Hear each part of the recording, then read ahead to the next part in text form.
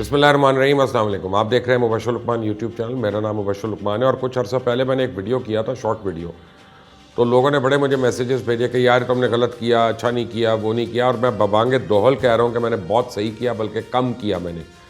مجھے اگر میری اخلاقیات اجازت دیں تو میں اس شخص کو گالیاں بھی دوں بہت زیادہ۔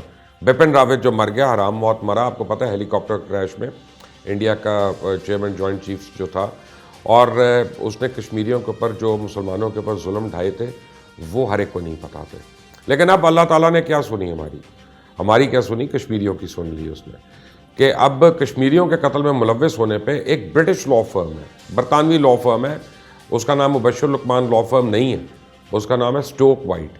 انہوں نے بھارتی آرمی چیف اور وزیر داخلہ کو گرفتار کرنے کے لیے اب لنڈن پولیس کو ایک فارمل ریکویسٹ دی ہے۔ کیوں دی ہے یہ سوچ رہے ہوں گے آپ۔ سٹوک وائٹ جو ہے یہ لا فرم، اس نے بھارتی آرمی چیف جنرل منوج کھمنڈ اور بھارتی وزیر داخلہ امیت شاہ کی گرفتاری کے لیے لنڈن پولیس ڈپارٹمنٹ کے وار کرائم یونٹ میں درخواست جمع کرائی۔ دیکھیں یہ وار کرائم بڑی سیریس چیز ہے، یہ ہینس کرائمز ہے اور یہ جو ہے نا ان نوٹس نہیں جا سکتے۔ اب انہوں نے کیا کیا کہ اس کے ساتھ بڑی تعداد میں ثبوت بھی فراہم کیے ہیں۔ پہلے تو ہم لوگ کہتے تھے کہ پتہ نہیں انڈیا کے مخالف ہیں جی، کس کے ٹاؤٹ ہیں جی، اور یہ ہے وہ باتیں کر رہے ہیں انڈیا کے اوپر، لیکن اب یہ برٹش لا فرم نے ایویڈنس کے ساتھ دیا۔ درخواست کے مطابق اس بات کے اب بے انتہا ثبوت ہیں کہ بھارتی آرمی چیف اور وزیر داخلہ کشمیریوں پہ مظالم، انسانی حقوق کے کارکنوں، صحافیوں اور عام کشمیری شہریوں کے اغوا اور قتل کے ذمہ دار ہیں۔ کوئی چھوٹی بات ہے یہ چھوٹی بات ہے، اور یہ ہزاروں میں ہے، یہ 100 200 درجن ان کی بات نہیں میں کر رہا۔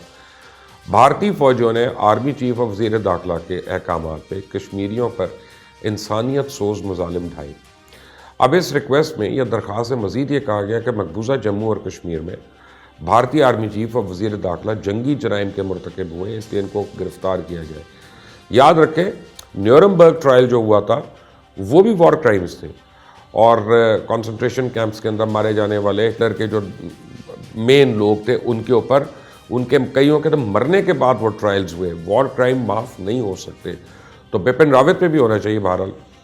لیکن خیر اس لا فرم نے سال 2020 اور 2021 کے درمیان 2000 ایویڈنسز کو ایگزامن کیا، اور اس کے بعد انہوں نے برطانوی پولیس نے کشمیر میں بھارتی حکام کے کردار کی تحقیقات کرنے کا حکم دیا۔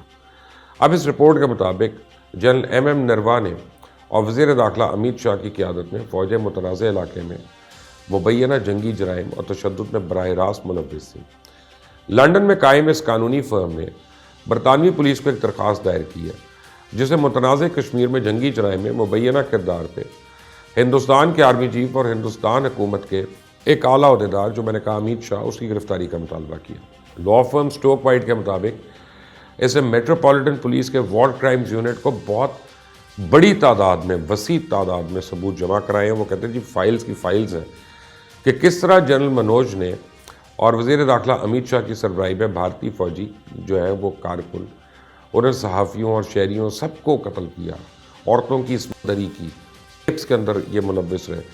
اور یہ میں نے آپ کو جیسے بتایا کہ 2000 سے زیادہ ایویڈنسز ہیں اس بات کے۔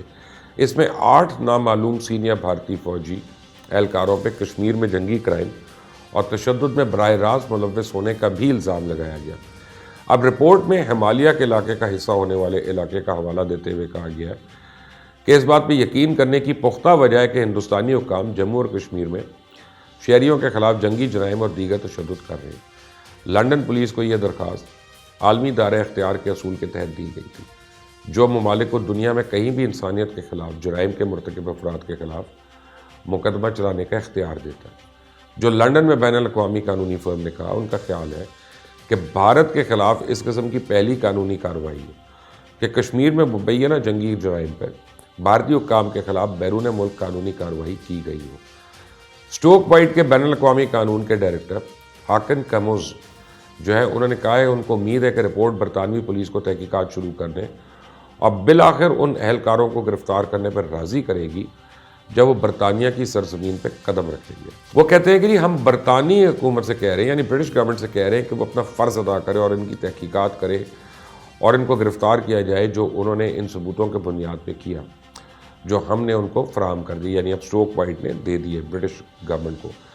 وہ کہتے ہیں ہم چاہتے ہیں کہ ان کا احتساب ہو۔ پولیس درخواست جو ہے اس میں جیل میں بند ضیاء مفتی کے اہل خانہ کی جانب سے دی گئی تھی، جس کے بارے میں کاموز نے کہا کہ وہ 2021 میں بھارتی حکام کے ہاتھوں ماورائے عدالت قتل کا یعنی ایکسٹرا جوڈیشل کلنگ کا شکار ہوئے، اور انسانی حقوق کے کارکن محمد احسن اونٹو کی جانب سے جنہیں اس قتل مبینہ طور پہ اس کو بھی تشدد کا نشانہ بنایا گیا اور گزشتہ ہفتے گرفتار بھی ہو گئے۔ اب ہندوستان کے زیر انتظام کشمیر میں گزشتہ 2 دہائیوں کے دوران دسیوں ہزار شہری، مجاہدین، عورتیں، بچے شہید ہوئے اور پتہ نہیں کتنے ہندوستانی فوجی بھی ہلاک ہوئے اس میں۔ بہرحال کشمیری اور بین الاقوامی حقوق کی تنظیمیں جو ہیں طویل عرصے سے بھارتی فوجوں پہ نئی دہلی سے حکمرانی کی مخالفت کرنے والوں کے ساتھ منظم بدسلوکی اور گرفتاریوں کا الزام لگا رہی ہے۔ 2018 میں اقوام متحدہ کے انسانی حقوق کے سربراہ نے کشمیر میں حقوق کی خلاف ورزیوں کی رپورٹس کی آزاد بین الاقوامی تحقیقات کا مطالبہ کرتے ہوئے کہا کہ سیکیورٹی فورسز کی طرف سے کی جانے والی خلاف ورزیوں کے لیے کھلی آزادی کا الزام لگایا۔ بھارت نے ان الزامات کی تردید کی تھی اور کہا تھا کہ اس طرح کے دعوے خطے میں بھارتی فوجیوں کے خلاف شیطانی پروپیگنڈا کرنے کے لیے۔ قانونی فرم کی تحقیقات نے تجویز کیا کہ کرونا وائرس وبائی امراض کے دوران اور ہندو قوم پرست رہنما نریندر مودی کے دور حکومت میں بدسلوکی کی انتہا ہو گئی۔ اس رپورٹ میں گزشتہ سال بھارت کے انسداد دہشت گردی حکام کے ہاتھوں میں خطے میں سب سے زیادہ ممتاز انسانی حقوق کارکن خرم پرویز کی گرفتاری کی تفصیلات بھی شامل ہیں۔ 42 سالہ پرویز جو ہے انہوں نے جموں و Kashmir coalition of civil society کے لیے کام کیا، جس نے بھارتی فوجیوں کے تشدد اور تشدد کے استعمال کے بارے میں وسیع رپورٹس لکھی۔ یہ انسانی حقوق گروپ متنازع علاقے میں ہزاروں واحد یا متعدد اجتماعی قبروں کی منصفانہ تحقیقات کا مطالبہ بھی کر رہا ہے، جبکہ اس میں سجاد گل کا بھی ذکر کیا گیا جنہیں اس ماہ کے شروع میں گرفتار کیا گیا جب اس نے ایک باغی کمانڈر کے قتل پہ احتجاج کرنے والے خاندان کے افراد اور رشتہ داروں کی ویڈیو پوسٹ کی تھی۔ اب انسانی حقوق کے وکلاء نے ان لوگوں کے لیے انصاف کے حصول کے لیے عالمی دائرہ اختیار کے اصول کو تیزی سے استعمال کیا، جو اپنے آبائی ممالک میں دی ہیگ میں واقع بین الاقوامی فوجداری عدالت میں مجرمانہ شکایات درج کرنے سے قاصر تھے۔ گزشتہ ہفتے جرمنی کی ایک عدالت نے شام کے ایک سابق خفیہ پولیس افسر کو ایک دہائی پہلے یعنی 10 سال پہلے دمشق کے قریب ایک جیل میں ہزاروں قیدیوں کے ساتھ بدسلوکی کی نگرانی کرنے پہ انسانیت کے خلاف جرائم کا مجرم قرار دیا۔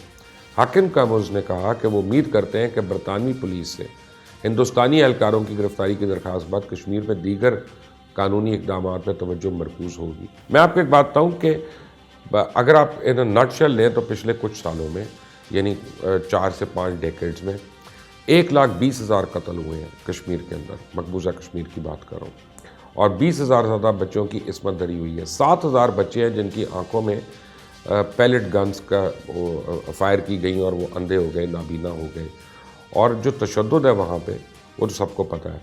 2.25 سال سے آپ دیکھیں کہ وہ وادی جو ہے کرفیو کی اندر ہے، اور اس سے بڑی انسانی جیل پوری دنیا میں کوئی نہیں، اور یہ پہلی باری ہے کہ انڈین آرمی چیف کا مکروہ چہرہ جو ہے اب وہ بین الاقوامی طاقتیں وہ بھی دیکھیں گی کہ یہ جو سامنے بیٹھ کے اتنی اچھی اچھی باتیں کرتا ہے، انگریزی بولتا ہے، اس کے اندر کتنا بڑا درندہ ہے، اور یہی بپن راوت تھا۔ تو جس کو اگر بپن راوت کے مرنے کا دکھ ہے وہ بھی جائے اور اس دکھ میں شریک ہو جائے، مجھے کوئی ضرورت نہیں ہے۔ جنہوں نے کشمیریوں کا قتل عام کیا میں ان کو کنڈیم کروں گا، ہمیشہ کروں گا۔ اللہ حافظ۔